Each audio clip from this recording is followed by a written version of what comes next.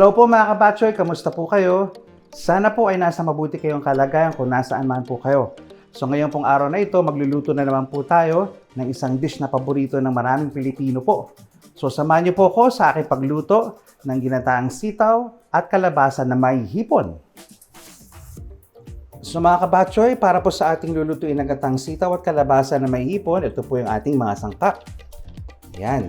So, bumili po tayo ng hipon po mga kabatchoy. Nilinis na po natin yan. Tinanggal na rin po natin yung balbas. Yan. At, ito po yung nakat na natin na kalabasa mga kabatchoy. Nakat na rin po natin yung sitaw mga kabatchoy. Isang tali po yan. Yan. Gagamit din po tayo sa ating paggisa ng sibuyas at bawang. Of course, di po mawawala yung ating crushed black pepper, mga kabatchoy. And then, itong asin. At para sa ating pong panggata, mga kabatchoy, gagamit po tayo ng, yan, ito, prepared na po ito. Ito po yung available dito sa Indonesia, mga kabatchoy. Cream kalapa o yung coconut cream, mga kabatchoy. Yan po yung gagamitin natin sa paggata. And then, gamit po tayo ng mantika at ng patis, mga kabatchoy.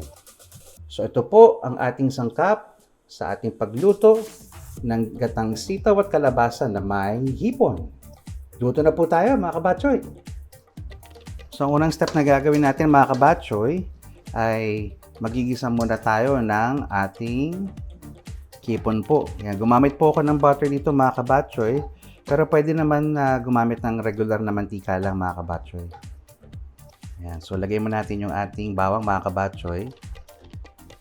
Yan. Tapos, mag-isa lang tayo.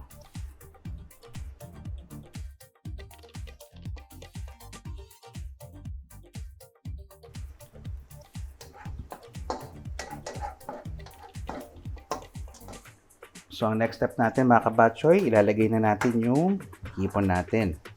Yan. At tuloy lang po natin yung pag-isa, mga kabatchoy.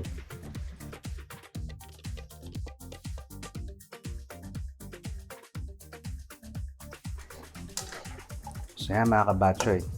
Habang nagigisa tayo, mga kabatchoy, dagdagan po natin ng 1 pinch of salt po, mga kabatchoy. Yan. At samahan na rin po natin ng paminta, mga kabatchoy. Yan. Then, tuloy lang po natin yung pag-isa, mga kabatchoy. Ayos.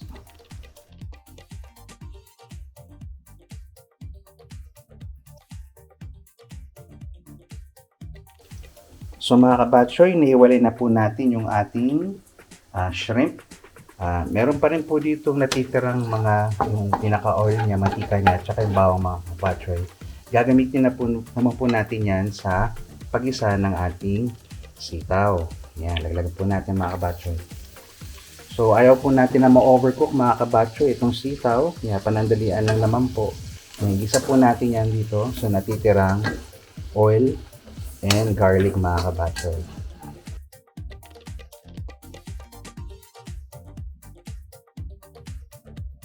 So, ang next step natin, mga kabatchoy, ay magigisa na tayo ng sibuyas. Yan.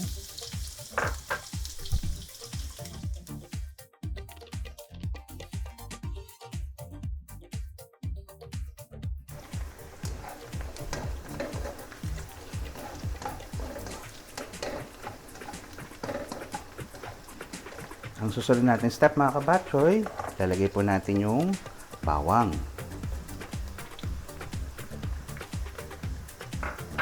Yan, tuloy lang po ang pag-isa, mga kabatchoy.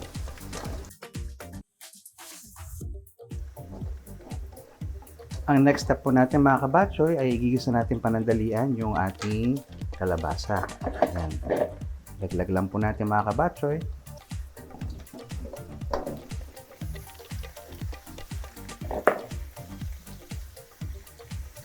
Haluin po natin.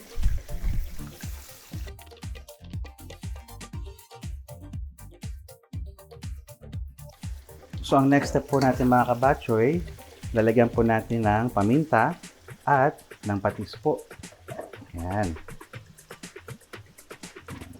Sa paminta po, yung preference nyo lang po mga kabatchoy. Pwedeng marami para may konting kick or konti lang din po. Ayun, sa akin po gusto ko po na may konting kick kaya medyo marami po ako magpaminta.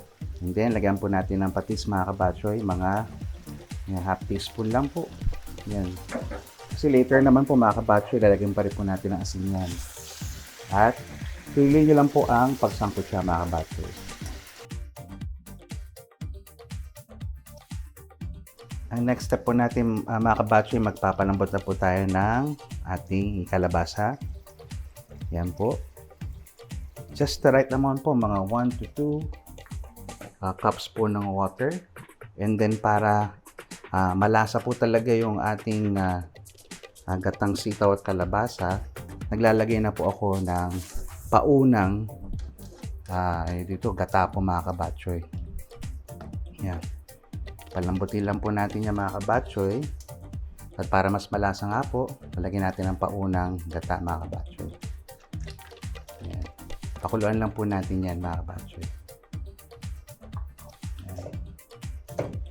Haluin po natin. At yan, pakuluan na natin mga kabatchoy hanggang mag-reduce po yung liquid at lumambot po yung ating kalabasa.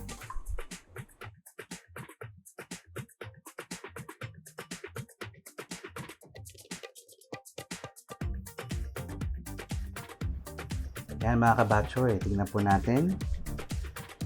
So, malambot na po yung kalabasa. Ang next step po mga kabatchoy ay ilalagay natin yung ating hipon mga kabatchoy. Yan. Haluin lang po natin yan mga kabatchoy. Yan. Yan mga kabatchoy. So, next step po natin, ilalagay natin yung ating nagisang sitaw mga kabatchoy. After nyan, haluin lang natin. Tapos ready na po ang ating gatang sitaw at kalabasa na may hipon. Yan. Halo lang po natin yan.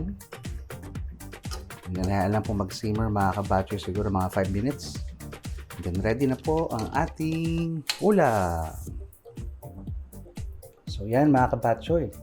Ito na po ang ating gatang sitaw at kalabasa na may hipon mga kabatchoy.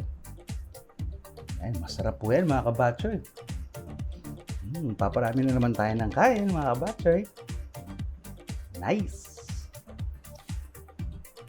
Ayun, so mga kabatchoy, nakita nyo po kung paano po ako magluto ng aking version ng gatang sitaw at kalabasa na may hipon. Sana po ay may natutunan kayo mga kabatchoy. So hanggang sa muli mga kabatchoy, please continue to watch, like, and subscribe po sa ating YouTube channel mga kabatchoy. Maraming salamat po. Bye!